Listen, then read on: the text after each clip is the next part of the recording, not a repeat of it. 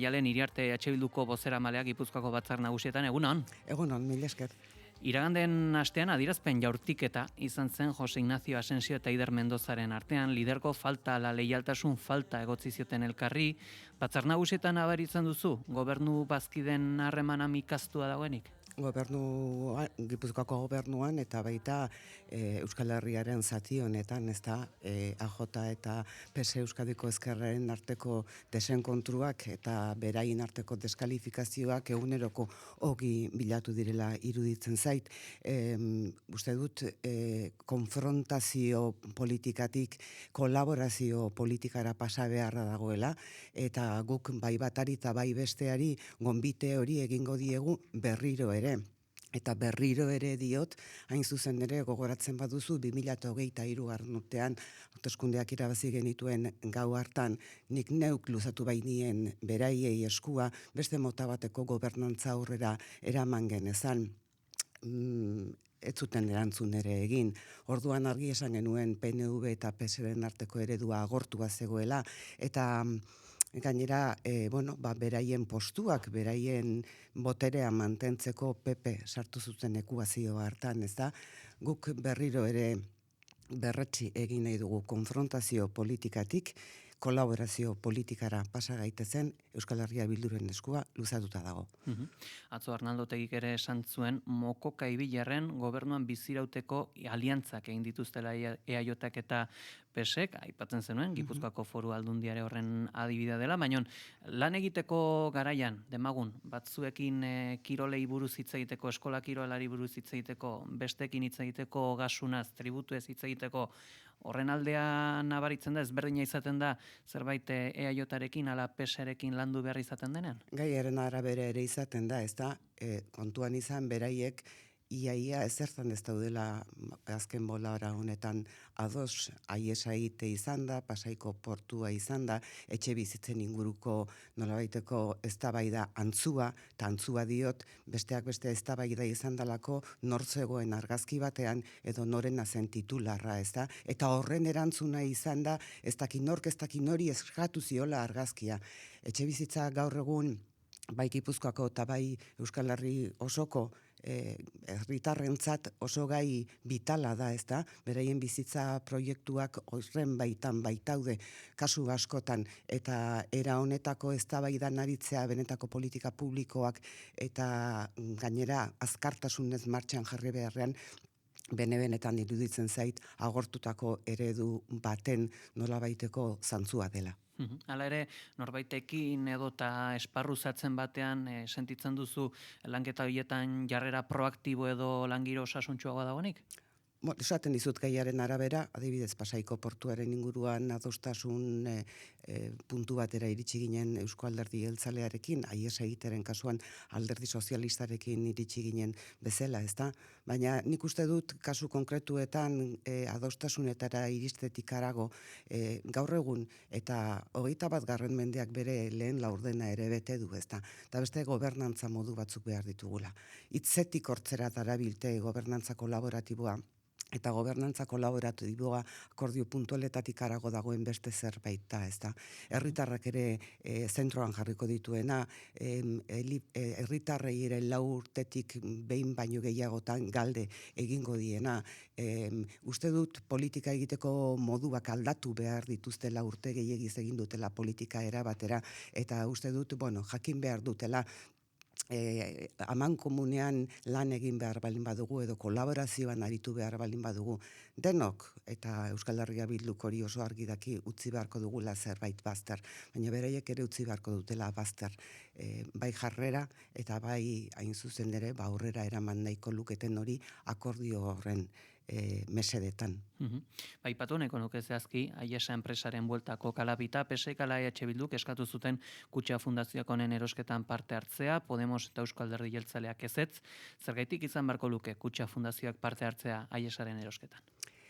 Begira, nik esango dizut Euskal Herria Bilduk zergatik egin zuen Aiesa ITP operazioaren alde. Ongi dakizun bezala, behin baina gehiagotan errepikatu dugulako Euskal Herria Bilduk uste du politika ekonomiko eta industrialetan esku hartu behar duela administrazioak. Are gehiago, zailtasunak dituzten enpresei begiratzen balin badiegu, eta bai errotzeari begira, eta baita talentua geurean geratzeari begira. Eta hori da aspalditik esan eta azpimarratu dugun gauza bat. Aiesa iteren kasuan, prozesua luzea da, Ibermatika Gipuzkoan sortu, Gipuzkoan errotu zen, eta operazio, kaltegarri baten ostean galdu egin zen, ez? Eta iruditzen zaigu orain badala momentua, izan daitekela momentua berroneratzeko egoera, eta Aiesa ite berriz ere Gipuzkoan errotu, baina errotzeaz aparte Gipuzkoak Aiesa iteren inguruan erabakiak hartzeko. Uste dut badugula egoera konplexu xamar bat azken denbora hauetan. Behin eta berriro errepikatu dudanik batzar nagusietan, eta beti, erantzuna izaten da ondogoaz. Baina Gipuzkoako industriak baditu arduratzeko zantzu batzuk. Barne produktu gordina industriarekiko 8% jaitsi da, azkeneko 25 urteotan, eta Gipuzkoarentzat industria Euskal Herriarentzat bezala zutabe oso garrantzitsu bat izan da, besteak beste kalitatezko enplegua, eta besteak beste kalitatezko soldatak ekarri dizkigulako, eta horrek eragina handia izan duelako gure ongizatearen baitan. Gauzak aldatzen ari dira, ez gara irla bat, eta Europako herrialde aurreratuenetan ere horren beste gertatzen ari da. Baina uste dut oso adi ibili behar dugula terziarizazioarekin alde batetik. Eta beste alde batetik, zerbitzuen nola baitesateko kutxa handi horretan ere edo zerbitzu aurreratuak garrantzia izan behar dutela. Aiesaren kasuan iruditzen zaigu zerbitzu teknologiko digital aurreratuak aurrera eramateko aukerak daudela, hemen errotuak, eta horrek gainera ematen digula herri bezala soberania teknologiko eta digital bat beharrezkoa duguna. Horiek danak kontutan hartuta esan dio Euskal Herria Bilduk baietz Aiesa iteri. Zer gertatu da beste alde batetik, zergatik Kutxabankek eta BBKak baietz esan duten eta Kutxa Fundazioak ezetz, zergatik Jauregi sailburuak sutsuki defendatu duen eta gainera esaten duen Jaurlaritzaren 2030 planarekin erabat lerrotua dagoela, estrategikoa dela, etorkizunekoa dela, zergatik esaten du beste horren beste Mikel Torresek, eta zergatik esaten du kontrakoa Gipuzkoako Eusko Alderdi Jeltzaleak, horiek guztiak beraiek galdetu beharko dizkiezu. Eta beraiek izango dira erantzule gainera, beraien isiltasunez, eta beraiek esandako ez. Esandakoak espaldin badira horrela, eta hor daukaten eztabaida horretan zerbait baldin badago guk ez dakiguna, beraiek izan beharko dute erantzule. Gure arrazoiak hoietxek dira. Ezin da talentu eitzetik hortzera ahoan eduki eta ez ordaindu eta joaten utzi, ezin da aurrera gaitua izan daiteken teknologia bat galtzen utzi, gure esku hartzea eta gure politika industrial proaktiboa esaten dugunean horixe da esaten ari garena. Horra, esaterako gaur ganantzia atari digitalean aipatzen dena da, Aiesaren balioak 25% egin duela bera, eta arrisku handietako bat badela, softwarea zaharkitua gelditu daitekela, gaur egun adimen artifizialaren ondorioz, lan hori ordezkatu egin daitekela. Ez dakit, arrisku hau nola ikusten duzu? Arrisku eta irabazien arteko oreka beti da zalantzagarria era honetako operazio batean, eta zalantzari gabe, Aiesaren kasuan ez da bakarrik Gipuzkoan errotzea eta Euskal Herriko tankera honetako enpresa handia izatea aparte, ez galtzen uztea, ezta, eta Gipuzkoak hor erabakitzeko gaitasuna izatea. Nik uste dut Aiesa itek ere behar duela bultzada bat punta-puntako zerbitzuak eskaini ditzan, eta punta-puntako zerbitzu horietan, lehiakorra izan dadin, aurrez aurre ditugun beste erronka batzuren aurrean. Uste dut posible dela, eta ez genukela aukera galtzen utzi behar. Beste arrisku bat ere izan daiteke akaso une honetan Tubos Reunidos enpresak bizi duena, enplegu erregulazio espediente aurkeztu dute, eta enpresak daukan zor osotik 113 milioi euro sepiri dagozkio, pandemia garaian emandako bultzada, orain, galga bilakatu da, ez dakit zer egin beharko litzateke. Aiaraldea, ezkerraldea bezala, eta tarte batean oarsoaldea bezala, beti alde batera utzitako eskualdeak izan dira. Euskal Herria Bilduk bere garaian, Aiaralderako plan estrategiko bat abian jartzea abian jarri genuen Eusko Legebiltzarrean, baina hortik aurrera urratsak ez dira eman, eta errepikatu egiten da hain zuzen ere aldeak dituen, gabezia asko, ez da, eta orain Tuborre Unidosi buruz ari gara, baina Guardian beira enpresa izan zen, eta beste batzuk izan dira. Iruditzen zait, Tuborre Unidosi gertatu zaiona izan dela Euskal Herria ez dela irla bat, eta badagoela munduan tirano bat Trump izena duena, eta haren arantzelek sekulako kaltea egin diotela, ez da. Ikusi behar dugu estrategikoki herri honek zer behar duen, eta zertan indar egin behar duen, eta Tuborre Unidos herri honentzako estrategikoa izan balin bada, estrategikoa izaten jarraitu dezan, zer nolako politika publikoak egin behar ditugun, hau beste kasu bat izan liteke, ez da. Ongi aztertu eta ikusi, eta ze etorkizun izan dezaken bideratu edo berbideratu presiso baldin bada. Eta akaso enpresarentzako soluzietako bat izan liteke sepik daukan zor hori barkatzea, Valentziagan apur bat egin zuen bezala? Izan daiteke beti zorrak barkatzeak erraztu egiten ditu gauzak, ezta, baina zorrak barkatzetik arago, nik uste dut ongi aztertu behar dela aiaraldeak ze behar duen, Tuborre Unidosek zer ekarpen egiten dion aiaraldeari, eta Tuborre Unidosek etorkizunean ze emari izan dezaken. Azpimarratu duzu, industria arloan barne produktu gordinak 8%ko beherakada izan duela, ezagite Euskal Herri mailako beste adibide bat ere bada Metal Group, hartzeko dunen lehiaketa iragarri duela, Volkswagenek eskaerak Txinara eramango dituelako, ezagit, egoera horretan industriaren galera nola aldaiteke konpentsatu, nola egin altzaio honi aurre, jakinikan Txinan merkeago saltzen dutela eta horren ondoriz joaten direla. Nik uste dute elkarrizketa nazional bat edo elkarrizketa zabal bat eta sakon bat behar dela gai honen inguruan, ez? Ez dakit, joan astean amaieran adegi ere kaleratu zen eta esan zuen, ez da, bazeudela arduratzeko zantzuak.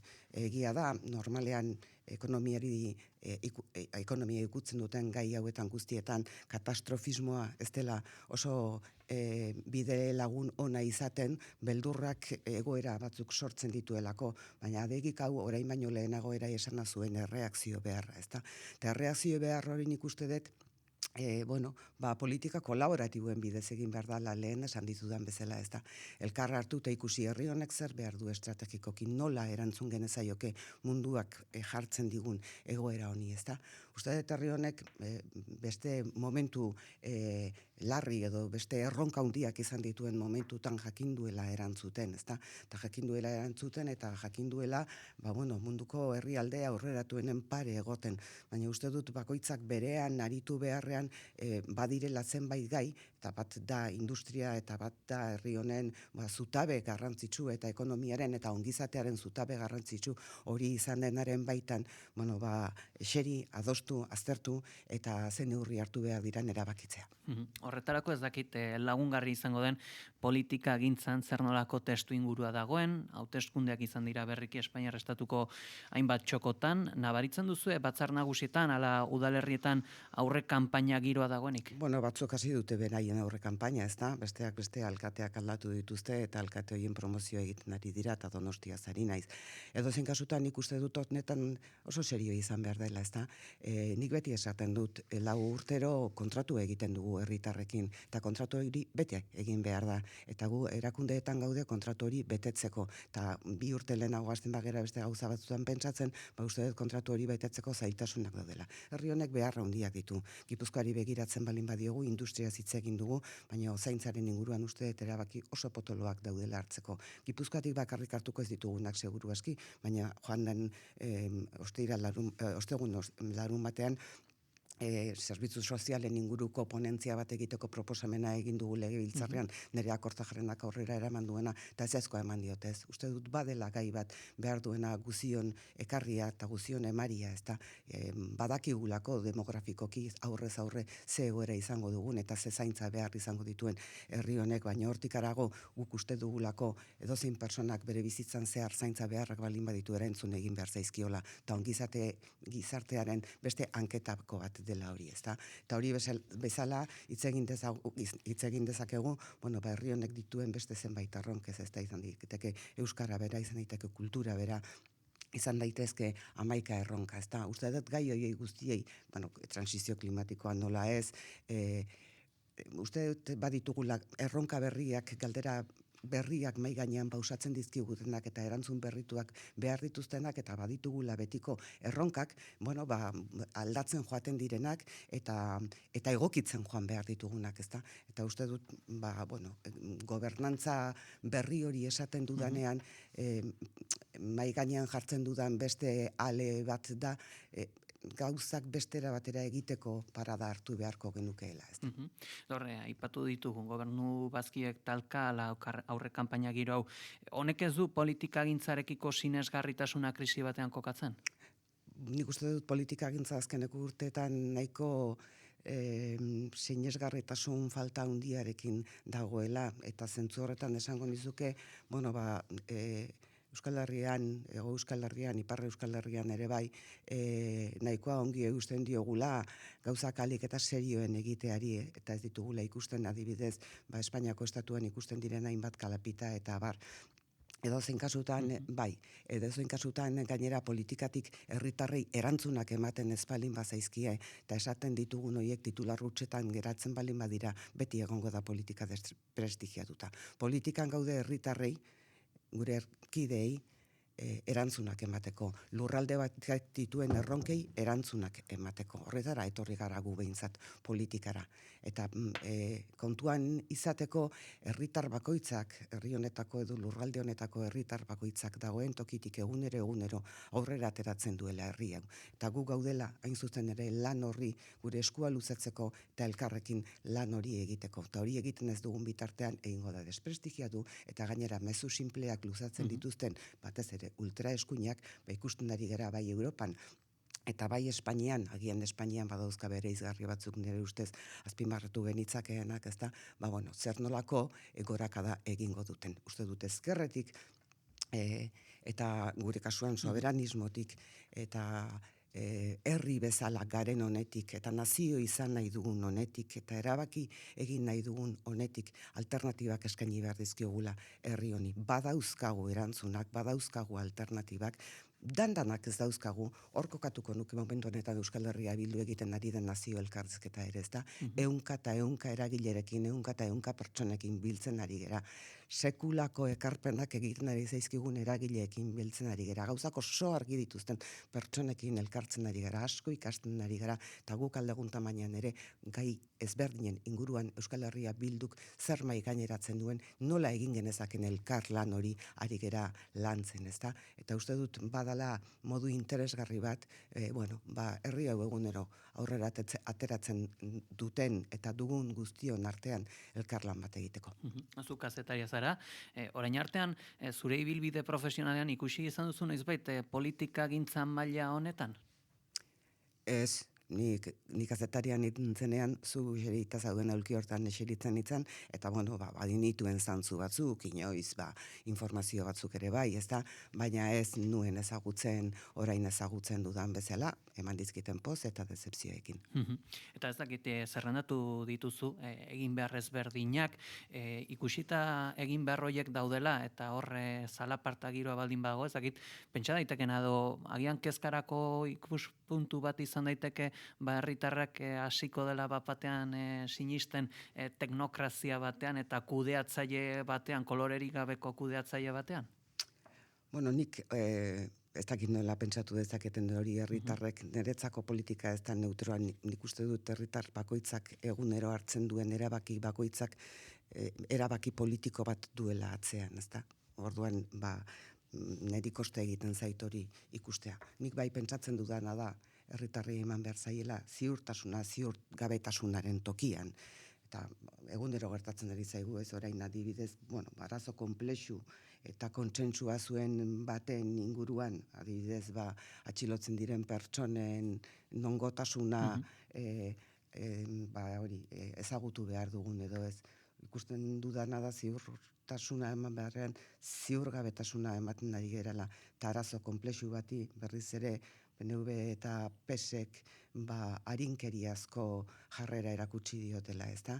Arinkeriazkoa ezberdina beraien artean, alderdi barruan ere ezberdina, Orduan uste dut gauzak egin behar direla, ezainbeste titular baterako, ezainbeste momentu batean, etekin politikoa emango dizulakoan, bezik eta herritarrei segurtasunak emateko, herritarrei bizi baldintza egokiak emateko, eta beraien bizitza proiektuak aurrera emateko, bestela herritarrei desafekzioa sortuko zaie, sortzen ari zaien bezala, ez da, herritarrei erantzunak ematera, etorri gera ona, eta herritarrei erantzunak ematera beraiekin batera.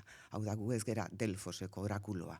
Guk behar ditugu herritarrak eta herritarrak eskuz esku hartuta egin behar dugu eta eraiki behar dugu herri honen etorkizuna. Ez dakit, egia da, azken 48 orduko kontu izan dela, ez dakit ere nola definitu daiteke, baina Gabriel Rufianen bueltan ere sortu da batasunaren ideia bat, ezkerraren bueltan, ipatu duzun ultraeskuinari aurre egiteko, eta hor, jada, EH Bildu errezeala benegak ez dute oso ongi ikusi hau, zuk nola ikusten duzu hau? Nik ikusten dudana da aspaldian Euskal Herria Bildukai honen inguruan esandakoa azpimarratutakoa eta gure kongresuaren ebazpena izan zena, ezta?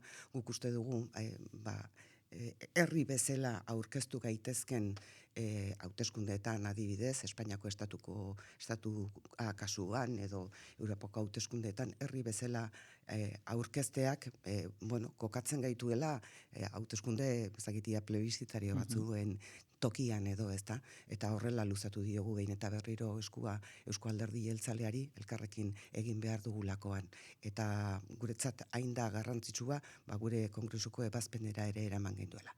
Rufiane buruz galdetu didazunez, azken ordutan entzun ditudanak eta irakurri ditudanak kontutan hartuta gehiago iruditu zait, alde bakarreko kontu bat izan dela, agian mai gainera ekarri dezakena, nolabaiteko eztabaida intelektual interesgarria izan daitekeena, ezta? Baina Euskal Herria Bilduk zentzu horretan gauzak erabakiak dauzka eta proposatua eta gure kongresura ebazpen gisara jasoa ere bai. Eta herri bezala aurkeztekotan, horre Eusko Alderdi Jeltzaleari eskua luzatuta, horrek konfiantza ariketa bat eskatzen du, jakinikan, gaur egun Eusko Alderdi Jeltzaleak daukan kudeaketa hori, EH Bildu kritikatu egiten du. Ez dakit, bateragarriak dira bi hauek? Nik uste dut herri bezala badauzkagula komunean sustituzioa geratzen da hitz hori, ezta? Herri bezala badauzkagula elkargune ugari Euskal Herria Bilduk eta Eusko Alderdi Jeltzaleak, eta gero dauzkagula gauza ezberdin asko. Nik uste dut Espainiako kongresurako adibidez, eta hau ere behin baina gehiagotan esan dugu, ezta? Oinarrizko minimo batzun baitako akordio bat egin genezakela. Horren lekuko da adibidez, oinarri eta printzipioen, estatus berri baten oinarri eta printzipioen akordio eta oinarriak adostu genituela Eusko Alderdi Jeltzaleak eta Euskal Herria Bildu, beraz posible da akordio mardul eta garrantzitsu bat izan zen hura, ezta? Eta orduan gauza batzutan ados gaudela eta ados gauden gauza bietan herri bezala aurrera egin genezakela. Gero badakigu beste zenbait gauzetan ez gaudela ados, baina nik uste dut hor oso ongi ezarri daitekela. Orain ezartzen dena, baina asko zero beto gainera, hontan ados gaude, hontan aurrera egingo dugu, eta ezberdin garen horretan, xestrari gabe, eta deskalifikaziorik gabe, eta desgobernurik gabe egin dezagun bide bat, ezta? Horregatik esaten dizun lehen konfrontaziotik kooperazio politikak egitera pasa behar dugula. Eta ezberdintasuna ez da kooperaziorako ataka bat, zailtasuna izan daiteke, baina ez da ataka bat. Badakigu zer nahi dugun herri bezala, nazio bat nahi dugu, erabakitzeko eskubidea izatea duen nazio bat nahi dugu, erabakitzea gure gaien inguruan, orain nire badira 1000 kontu, nork erabaki behar duen, Madrilek, guk baditugu 1000 kontu oso argi daukagunak, guk guretik, txikitik, gertutik, asko zero hobeto erabakiko ditugunak, sozialki eta ekonomikoki, asko zero hobeto erabakiko ditugunak, eta horretan ados gauden heinean egin dezagun horretan ados, eta egongo dira beste gauza batzuk, beste modu batera artikulatu beharko ditugunak. Hausnartuko dugu, ondorengo minutuetan ere kooperazioaren ideia horietaz, Maialen Iriarte EH Bilduko bozeramaileak Gipuzkoako Batzar Nagusietan, eskerrik asko, goiz honetan gurera gerturatzeagatik. Mila esker zuei, eskerrik asko.